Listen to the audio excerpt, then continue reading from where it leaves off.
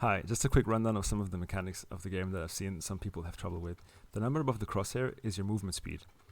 It's capped at 190 if you move normally. If you bunny hop, and you can bunny hop, you have to strafe sideways while jumping.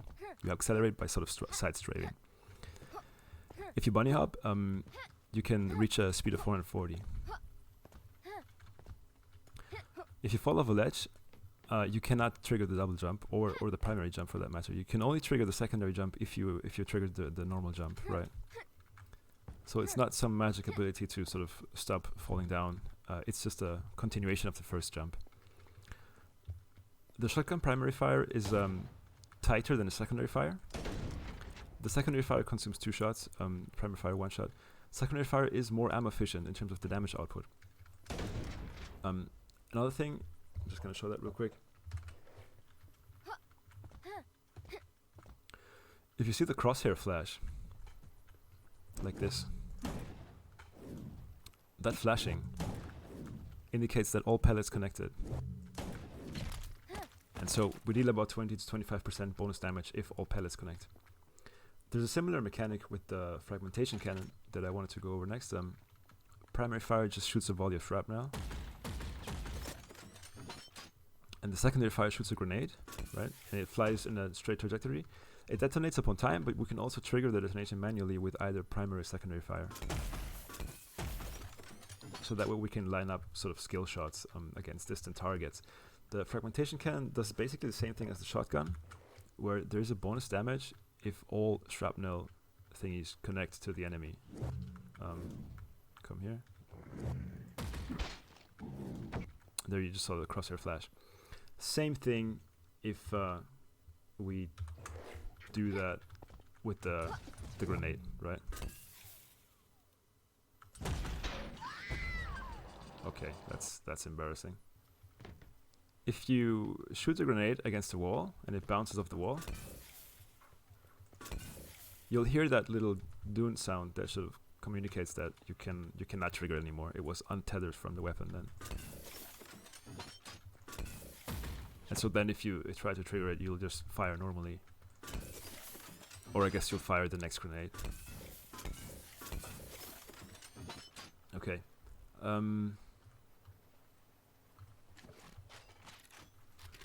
This weapon, you can control the volley of rockets by holding alt fire and then sort of directing them towards the laser pointer. If you hold alt fire while shooting though, the fire rate is much slower. So the way you want to do this is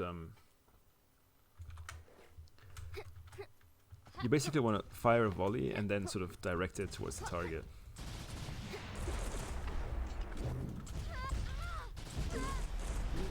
If you're up close, I guess there's no need to worry about it.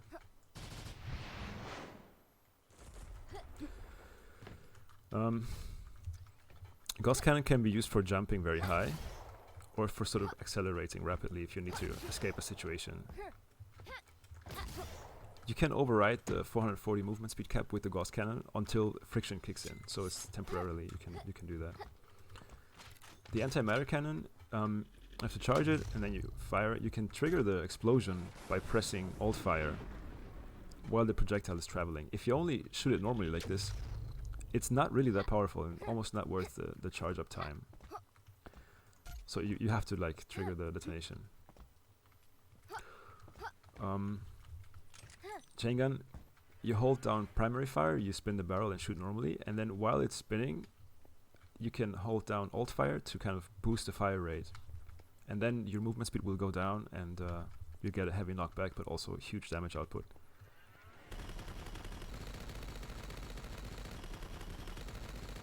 And you can see the accuracy sort of slowly goes down while you have it boosted, as indicated by the crosshair. Yeah, I think that's it. The pistol, one thing to know is that the projectile is only cosmetic. There is actually no sort of resolution to the projectile's collision. It's just for looks. The actual resolution is a raycast, so you basically hit the target instantly with the pistol. There is no alt fire to the pistol. There is no alt fire to the nail gun. And that's it. This one's important too. The alt fire there's a bouncy sphere or something, it can hurt you.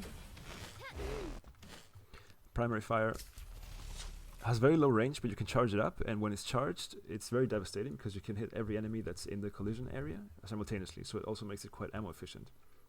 So just to show real quick how devastating it can be, ignore the error message there, that doesn't matter.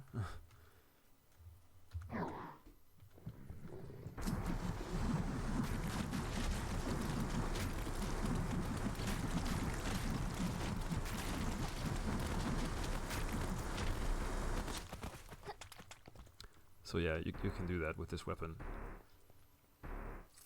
It's very, very strong, given some situations. The range is very low though. Even though the range increases while you sort of charge the weapon up 4 times, it never really that far. So I guess you'll have to sort of see. There is currently no indication of whether you're hitting something or not, other than the hurt animation and the pain sound and all that.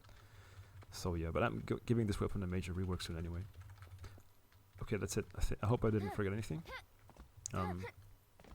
Yeah, thanks for watching. One last thing I forgot to mention is that if you're playing this level, you can toggle between the environment modes with F9 and F10. Yeah. A lot of fun.